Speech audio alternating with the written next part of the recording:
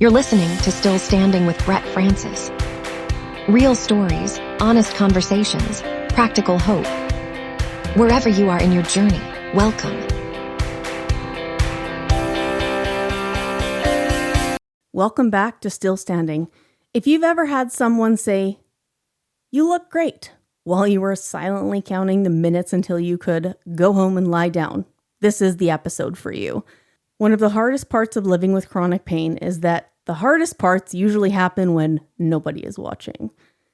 People see the hour you managed to be present. They don't see the hours before you left the house. They don't see the heating pad, the stretching, the medication, the mental preparation, or the debate about whether the outing would be worth tomorrow's recovery. Living with chronic pain changes more than your body. It changes the way you think. Every decision becomes a calculation. Can I afford this today? If I go out tonight, what will it cost me tomorrow? If I say yes to this opportunity, what am I saying no to later? For a long time, I thought I was failing because I couldn't keep up with the version of me that existed before pain became a part of my daily life. I wasn't grieving that version of myself. I was competing with her. Eventually, I realized something important. Capacity is not character.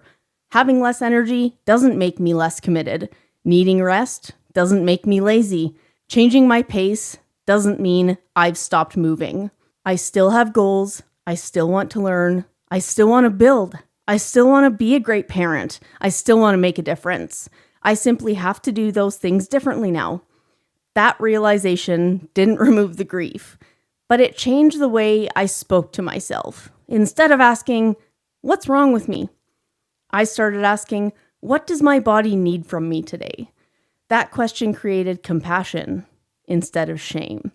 Another lesson I've learned is that pain is lonely. Not because people don't care, but because they can't fully see it. Invisible conditions require invisible courage. You become very good at smiling through discomfort. You become good at saying, "I'm okay," because explaining takes energy that you just don't have.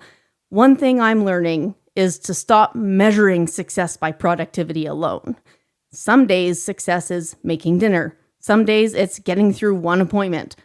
Some days it's answering one difficult email. Some days it's resting before I completely crash instead of after. Those are victories too. If you're listening today, maybe you've been carrying an invisible burden all on your own. Maybe it's pain, maybe it's anxiety, maybe it's grief, maybe it's exhaustion. All of those are me. Whatever it is, I hope that you remember this. You do not have to prove your struggle for it to be real.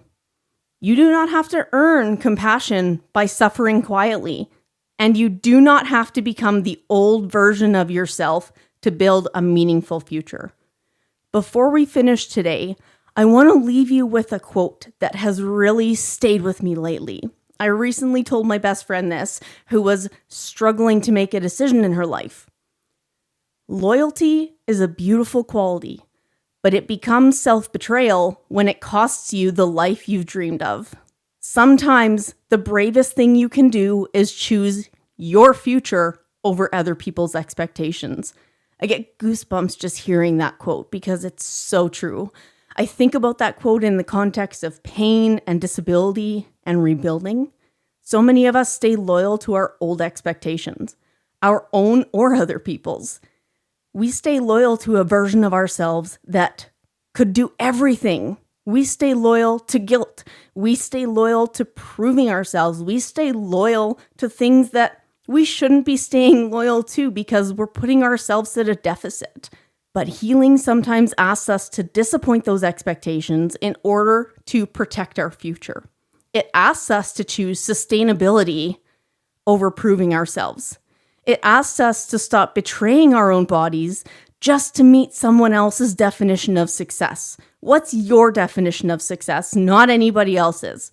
If you're carrying pain that no one else can see, remember this. You don't owe anyone the performance of being okay. You owe yourself the chance to build a life that works with your reality, not against it. So this week's one small step is simple. Ask yourself, Am I being loyal to my future, or am I sacrificing it to meet expectations that no longer serve me? Thank you so much for spending this time with me. If this episode resonated with you, I'd love for you to follow the show or share it with somebody who needs to hear it. Until next time, still healing, still hurting, still learning, still standing. Thank you for listening to Still Standing. Don't forget to check out Brett's website at brettspeaks.com. If this episode helped you feel less alone, please follow the show, share it with someone who may need it, or leave a review. Remember, healing does not have to be perfect to be real, and rebuilding does not have to be pretty to count.